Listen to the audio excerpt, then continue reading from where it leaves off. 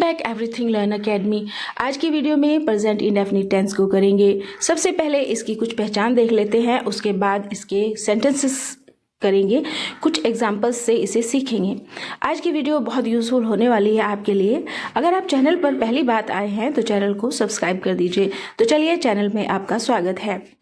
सबसे पहले इसकी पहचान ये है कि इसके अंत में ता है, ती है, ते हैं लगे होते हैं। इस तरह के लेटर्स ता है, ती है, ते है, ती हो, इस तरह के, ठीक है, इस टाइप के लेटर्स होते हैं। ये इसकी पहचान है।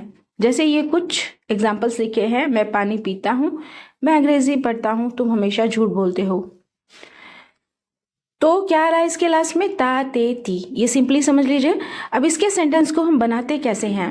इसका स्ट्रक्चर ये है कि इसमें जो सिंपल सेंटेंस होते हैं उसमें पहले सब्जेक्ट फिर वर्ब की फर्स्ट फॉर्म, और उसके बाद कुछ सेंटेंस ऐसे होते हैं जिसमें सिर्फ वर्ब की फर्स्ट फॉर्म लगती है, और कुछ में वर्ब की फर्स्ट फॉर्म में एस या एस को जोड़ दिया जाता है, उसके बाद ऑब्जेक्ट आता है। अब देखिए वो कौन से सेंटेंस है जिसमें ओनली सिर्फ और सिर्फ वर्ब की फर्स्ट फॉर्म आती है। अगर सब्जेक्ट प्लूरल हो, आई, वी, यू, दे, इस तरह के हो सब्जेक्ट, तो वर्ब की फर्स्ट फॉर्म आती है। और अगर सब्जेक्ट सिंगुलर हो, जैसे ही, शी, इट, कोई भी सिंगुलर नाउन, तो एस या ई एस को इसमें वर्ब की फर्स्ट फॉर्म में जोड़ देते हैं, लगा देते हैं। जैसे ये कुछ एग्जांपल्स हमने लिखे हैं, कुछ सेंटेंस हैं, इनको हम बनाएंगे तो आप समझ जाएंगे कि कैसे हम प्रेजेंट इंडेफिनिट टेंस के जो हिंदी के सेंटेंस है उन्हें कैसे बदलें और उन्हें कैसे पहचानें। क्योंकि एग्जाम में कुछ ऐसे सेंटेंसेस दिए होते हैं जहां पर आपको ढूंढने के लिए, छांटने के लिए बोला जाता है कि आप बताइए कि कहां पर प्रेजेंट इंडेफिनिट टेंस है और कहां नहीं है।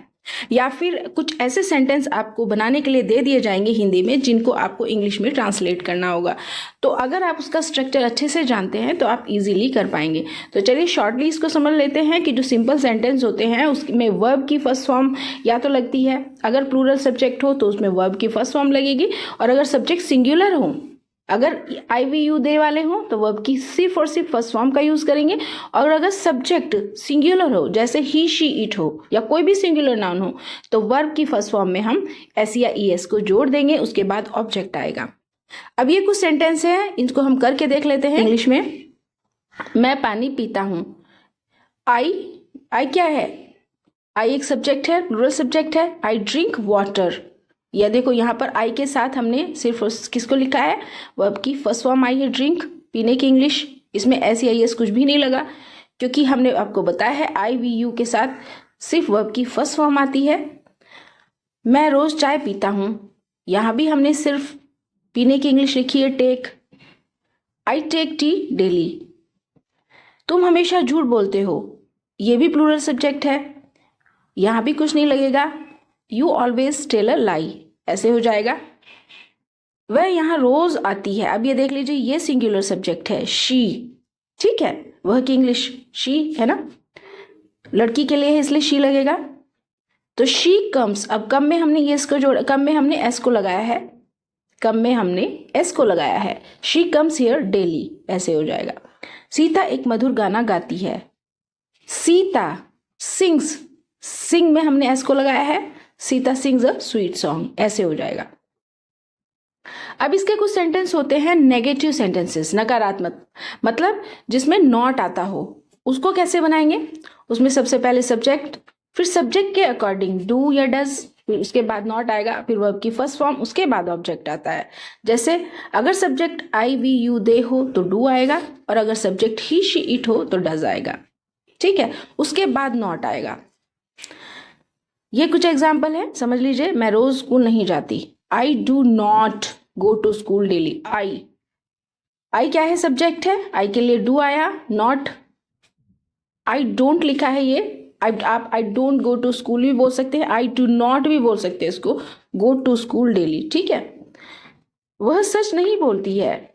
शी डज नॉट, शी के साथ डज आया है, सिंगुलर सब्जेक्ट है, ठीक है। She does not speak the truth, she doesn't speak the truth, ऐसे भी इसे बोल सकते हैं। तो आप समझ गए होंगे किसमें आई, वी, यू, दे के साथ डू और ही, शी, इट के साथ डज का यूज करते हैं, उसके बाद नॉट आता है, ठीक है। उसके बाद वर्ब की फर्स्ट फॉर्म आएगी, फिर ऑब्जेक्ट। अब होते हैं इंट्रोगेटिव सेंटेंस। इंट्रोगेटिव सेंटेंस दो टाइप के होते हैं। एक तो वो होते हैं जिसमें शुरू में क्या आ जाता है, जैसे ये आपको एग्जाम्पल्स दिए हैं यहाँ पर, इससे आपको पता चल रहा है कि वाक्य के, सेंटेंस के शुरू में ही क्या आ रहा है। तो उन्हें कैसे बनाते हैं?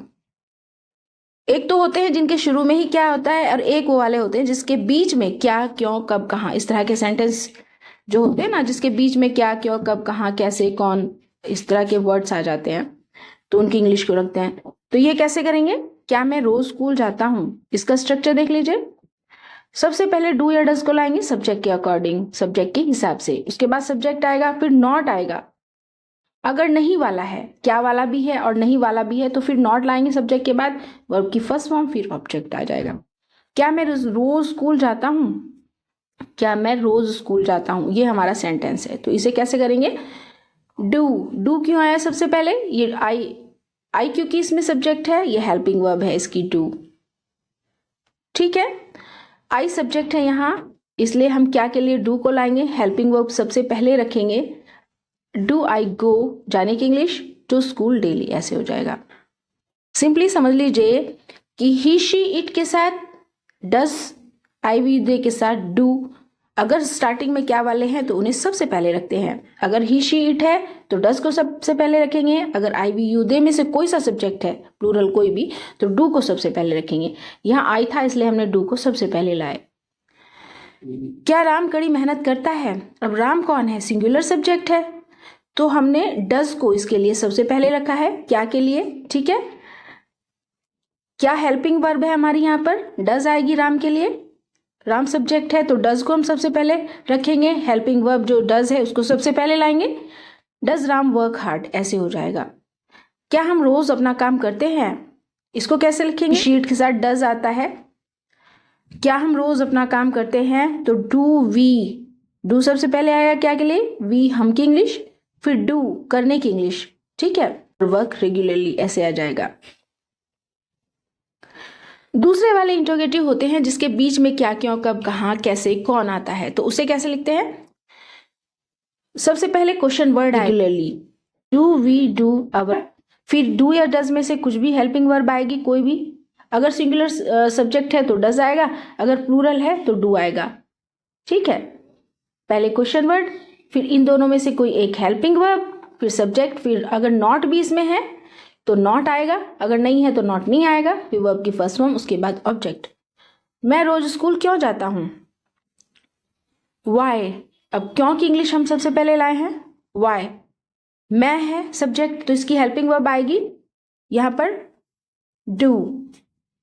आई वी यू दे के साथ डू का यूज करते हैं, पहले भी बताया था।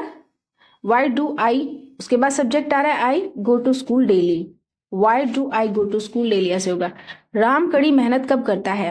कब की इंग्लिश को सबसे पहले लाएंगे। ठीक है, क्वेश्चन पूछा जा रहा है व्हेन लाएंगे सबसे पहले कब की इंग्लिश। डज, राम के लिए डज आ रहा है helping verb, when does Ram work hard, ऐसे हो जाएगा। हम रोज अपना काम कैसे करते हैं, कैसे की इंग्लिश को सबसे पहले लाएंगे। ठीक है, हेल्पिंग वर्ब सबसे पहले आएगी। हम के लिए डू हेल्पिंग वर्ब आएगी, पहले क्वेश्चन वर्ड आ गया। ठीक है, क्या के लिए हाउ आ गया, नहीं कैसे के लिए हाउ आ गया, फिर do, we do our work regularly, how do we do our work regularly, ऐसे हो जाता है। उम्मीद करती हूँ कि प्रेजेंट इंडेफिनिट टेंस आपको समझ आ गया होगा। मिलते हैं नेक्स्ट वीडियो में। Okay, thanks for watching this video. Like, share, subscribe and press the bell icon.